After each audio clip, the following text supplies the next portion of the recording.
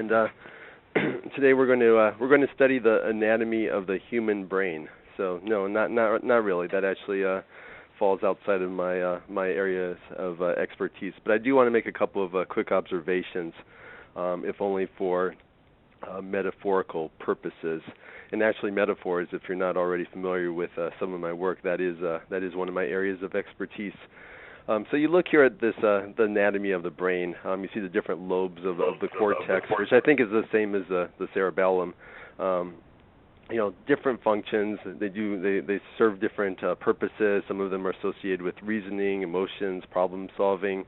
One of these, I think, has something to do with visual processing, some memory, speech. Honestly, I don't remember sixth grade biology.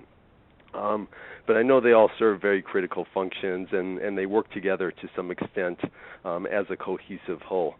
And when you think about this, just the word intelligence, it really has two different meanings, right? The most familiar meaning is it has to do with an individual's ability to learn and to reason. So the less common meaning is something to do with the body of information and knowledge. So we think about certain government organizations, such as the Central Intelligence Agency, or think about certain business initiatives, certain business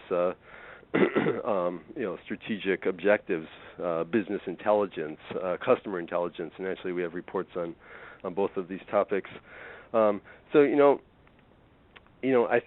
think all these meanings are invoked to some degree by the concept of social intelligence, and I was actually surprised to learn that the term was originally coined in the 1920s, and it refers to a person's ability to understand other people and to engage in adaptive interactions with them. And I really like this definition, and I think it's actually quite fitting 85 years later as we think about this notion of social intelligence in the context of what's going on in this new universe of consumer-generated content. So here's a nice definition right here.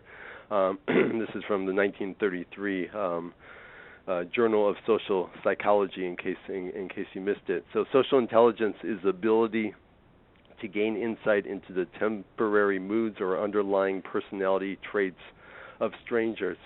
And I think essentially that's what we're trying to do here. And if you think about, so we looked at the structure of the brain. If you look at the structure of an enterprise, I think there's a lot of parallels, right? So just as you have different, just as all these different functions need to work together, they also need to react to environmental stimuli. They need to sense and respond to everything that's happening around them. And suddenly, what's happening around them? Well, control of the brand message is very quickly migrating away from anything they have to say to what consumers have to say, and they need to tap into that, and by doing so, companies can benefit all parts of the organization. So customer care is using the insights to measure and improve performance in terms of problem resolution and call center deflection.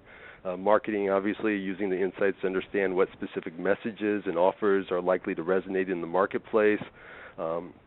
What's the best way to elicit a favorable response? Binaurally defined customer segments, improving website performance, improving the customer experience, and so on and so forth. Operations, they use the insights to streamline business processes, to improve service quality.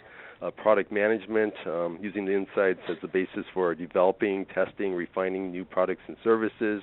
Market research, obviously, using the insights to identify consumer trends.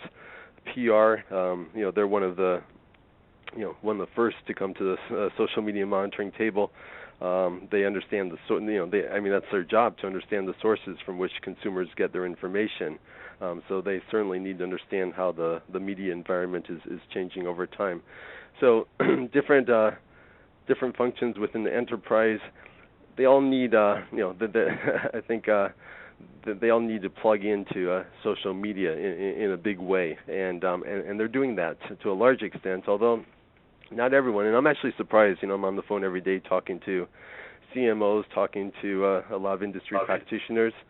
And I still think that not everyone fully understands social media and its implications.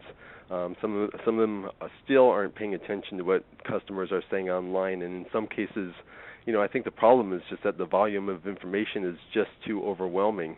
That's the problem. Companies need help in discerning what it all means and in trying to make sense of it. So I guess this is sort of the basic architecture or plumbing for social intelligence. And in a way, it's just stating the obvious. You have all these inputs, and then you have all the outputs, and what's happening in the middle here. Well, a lot of data crunching for sure, and we'll talk a little bit, but not too much about everything that needs to happen in terms of using natural text processing to make sense of unstructured data.